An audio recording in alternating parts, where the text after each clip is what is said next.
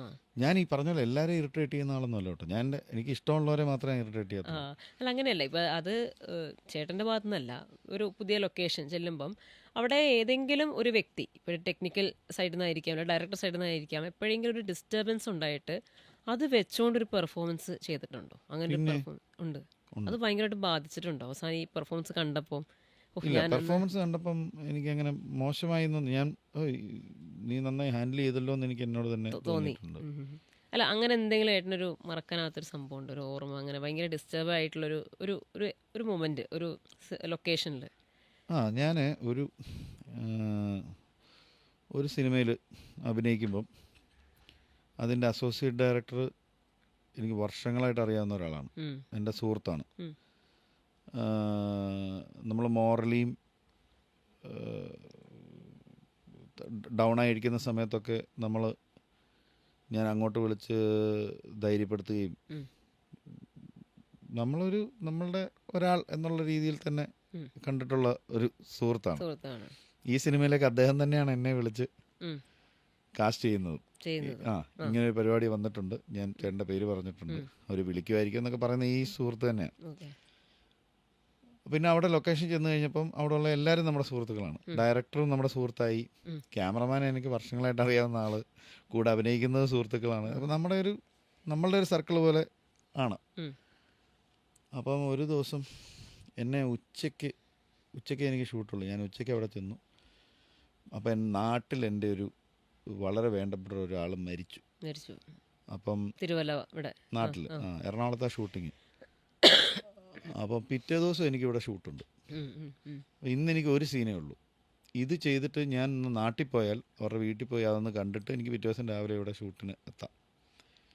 അപ്പോൾ ഉച്ചയ്ക്ക് ഒരു 3 മണിക്കെങ്കിലും തീർന്നാൽ എനിക്കൊരു 6 മണിയാകുമ്പോൾ അവിടെ എത്തി കണ്ടിട്ട് ഒരു 9 മണിയാകുമ്പോൾ തിരിച്ച് എനിക്ക് ഉറക്കമൊക്കെ ഭയങ്കര നിർബന്ധമാണ് അഭിനയിക്കുന്ന സമയത്ത് പിറ്റേ ദിവസം. തീർച്ചയായിട്ടും ക്യാമറ മുന്നിൽ വരുന്നത്. അപ്പം ഞാൻ അതെല്ലാം ആലോചിച്ചിട്ട് ഒരു 2 മണിക്ക് തുടങ്ങുമെന്ന് വിചാരിച്ചു.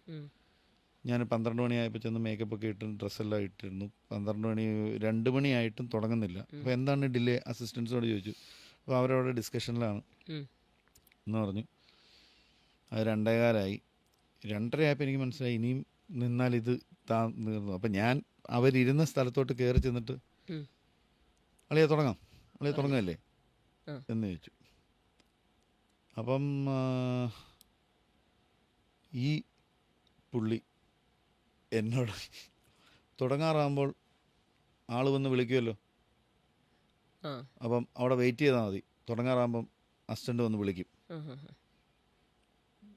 അതെനിക്ക് പെട്ടെന്ന് പുള്ളിയുടെ വായിന്ന് കേട്ടപ്പോൾ എനിക്ക് ഭയങ്കര സങ്കടമായി. ഞാൻ ചോദിച്ചു അതെന്താ? അഭിനയിക്കാൻ വന്നതല്ലേ, കൂടുതൽ കാര്യങ്ങളൊന്നും അറിയണ്ട, നിങ്ങൾ അവിടെ പോയി വെയിറ്റ് ചെയ്യുക, സമയമാകുമ്പോൾ അസിസ്റ്റൻ്റ് വന്ന് വിളിക്കും. അത് വേറൊരു ആളാണ് പറഞ്ഞിരുന്നതെങ്കിൽ സോറി എന്ന് പറഞ്ഞിട്ട് ഞാനൊക്കെ പോയേനെ. കാരണം അയാൾ അങ്ങനെയല്ലല്ലോ ഒരാളോട് പറയേണ്ടത്. ഇതിനകത്തൊരു ഹൈറാർക്കി. നിന്റെ കാര്യം നോക്കിയാൽ നമ്മളിവിടെ ചെയ്യുന്നുണ്ടെന്ന് പറയുമ്പോൾ നമ്മളൊരു തേർഡ് പാർട്ടി ആയി പോയി. അങ്ങനെ എനിക്ക് ഇഷ്ടമില്ലാത്ത, എനിക്ക് പരിചയമില്ലാത്ത ഒരാളാണ് പറയുന്നതെങ്കിൽ, അല്ലെങ്കിൽ എനിക്ക് എത്ര അടുപ്പമില്ലാത്ത ഒരാളാണ് പറയുന്നതെങ്കിൽ അയാളെ നന്നാക്കാൻ ഞാൻ നോക്കത്തില്ല. അയാൾ അങ്ങനെ തന്നെ ജീവിച്ചോട്ടെ, ആ സ്വഭാവമായിട്ട് അങ്ങനെ തന്നെ പൊക്കോട്ടെ എന്നേ ഞാൻ വിചാരിക്കത്തുള്ളൂ. പക്ഷെ അയാളുടെ കുടുംബത്തിനെ പറ്റിയും ഭാര്യയെ പറ്റിയും ഒക്കെ ഓർത്ത് എനിക്ക് വിഷമം ഉണ്ടാകും. പക്ഷെ ഈ മനുഷ്യനാണല്ലോ ഇവർ താങ്ങുന്ന ഇത്രയും കാലമായിട്ടൊക്കെ തോന്നും. ഇവൻ എൻ്റെ സുഹൃത്തായതുകൊണ്ടും പെട്ടെന്ന് ഞാൻ അതെന്താ കളി അങ്ങനെ പറഞ്ഞ് എന്ന് ചോദിക്കുകയും പിന്നെ അവിടെ ഒരു തർക്കം ഉണ്ടാവുകയും. ഞാൻ സിനിമ ഒരു ഗ്രൂപ്പ് വർക്കാണ്, അങ്ങനെ നിങ്ങൾ അവിടെ പോയിരുന്നാൽ മതി, സമയമാകുമ്പോൾ വന്നാൽ മതി എന്നൊന്നും പറയരുത്.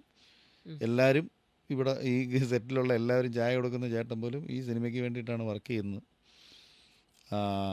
ഈ സിനിമ നന്നാക്കാൻ വേണ്ടിയിട്ടാണ് എല്ലാവരും ശ്രമിക്കുന്നത്. അതുകൊണ്ട് ഒരാളെ മാറ്റി നിർത്തി ആ പണി മാത്രം ചെയ്താൽ മതി, ഈ പണി മാത്രം ചെയ്താൽ മതി എന്ന് പറഞ്ഞാൽ എനിക്ക് നിന്നോടും പറയേണ്ടി വരും. നിൻ്റെ പണി എന്നെ ഭരിക്കലല്ല, നീ സംവിധായകൻ്റെ സഹായിയാണ്, അയാൾക്ക് വേണ്ട കാര്യങ്ങൾ ചെയ്തു കൊടുത്താൽ മതി. എന്നോട് ഈ ഡയലോഗ് അടിക്കാൻ ഞാനും പെട്ടെന്ന് ആദ്യമായിട്ടാണ് എൻ്റെയും ഒരു ലൊക്കേഷനിൽ അങ്ങനെ കൈവിട്ട് പോകുന്നത്. അങ്ങനെ ഒരു കാര്യം സംഭവിച്ചിട്ട് പെട്ടെന്ന് എന്തിനായിരുന്നു ആവശ്യം. അത് കഴിഞ്ഞിട്ട് പെട്ടെന്ന് തന്നെ അടുത്ത് ആ ഷോട്ട് എന്നാൽ പിന്നെ തുടങ്ങിയേക്കാന്ന് പറഞ്ഞാൽ ഷോട്ട് എടുക്കാൻ പോവുകയും ഞാനും അപ്സെറ്റ്, പുള്ളിയും അപ്സെറ്റ്, ഇത് കേട്ടിരുന്ന സംവിധായകനൊന്നും മിണ്ടിയില്ല, പുള്ളിക്കും അപ്സെറ്റ്. ഉം, ഉം. ക്യാമറമാൻ പിന്നെ കുറച്ച് എക്സ്പീരിയൻസ്ഡ് ആയതുകൊണ്ട് പുള്ളി കാര്യങ്ങളൊക്കെ കൂളാക്കാൻ എടുക്കാൻ നോക്കുന്നുണ്ട്. ഓക്കെ. പക്ഷേ ഇതിന് ശേഷം ഈ സീൻ ചെയ്യേണ്ട വന്നല്ലോ. ഉം, ഉം.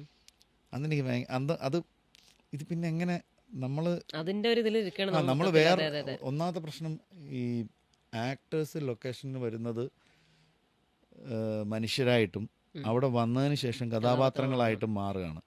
അപ്പം ഭയങ്കര ഫ്രജൈലാണ് ആക്ടേഴ്സ്. അവരുടെ കോൺസെൻട്രേഷൻ ഒന്നും ബ്രേക്ക് ചെയ്യരുത്, ഉം. കോൺഫിഡൻസ് ബ്രേക്ക് ചെയ്യരുത്. മനസ്സിലായി.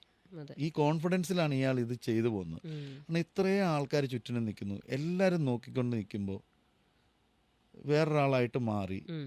ഒരു പെർഫോമൻസ്, ഡയലോഗ്സ് ഓർത്ത് പറഞ്ഞ്, മൂവ്മെൻ്റ് ഓർത്ത്, ലൈറ്റ്സ്, ക്യാമറ എല്ലാം പൊസിഷൻസ്, വെച്ചിട്ട്, അതെ. മാസ്ക്, ഇതെല്ലാം ഓർത്ത് ഇതെല്ലാം ചിന്തിക്കുകയും വേണം. ആ കഥാപാത്രമായി നിൽക്കുകയും ചെയ്യണം. ആ കഥാപാത്രത്തിൻ്റെ മൈന്യൂട്ട് പരിപാടികളെല്ലാം എല്ലാം പിടിക്കുകയും പിടിക്കണം. ചെയ്യണം. ഇത്രയെല്ലാം ചെയ്യുന്ന ഒരാൾ ഇതെല്ലാം ചെയ്യുന്നത് അത് ആത്മവിശ്വാസത്തിൻ്റെ പുറത്താണ്. ഉം. അയാളുടെ ആത്മവിശ്വാസം ഒരിക്കലും കളയരുത്, ഡിസ്റ്റർബ് ചെയ്യരുത്. ഉം. അതുകൊണ്ടാണ് നമ്മൾ കണ്ടിട്ടുള്ള ലെജൻഡറി ഡയറക്ടേഴ്സ്, സീനിയർ ഡയറക്ടേഴ്സ് ഒന്നും ആക്ടേഴ്സിനെ കുറ്റം പറയോ വഴക്ക് പറയോ അങ്ങനെ ചെയ്യാറ്. ഒന്നും ചെയ്യാത്തത്. എപ്പോഴും പാമ്പർ ചെയ്ത് കംഫോർട്ട് ചെയ്ത് നിർത്തത്തുള്ളൂ. കാരണം ആ കോൺഫിഡൻസ് ആണ് അവരുടെ ഏറ്റവും നല്ല പെർഫോമൻസിനെ വെളിയിൽ കൊണ്ടിരുന്നത്.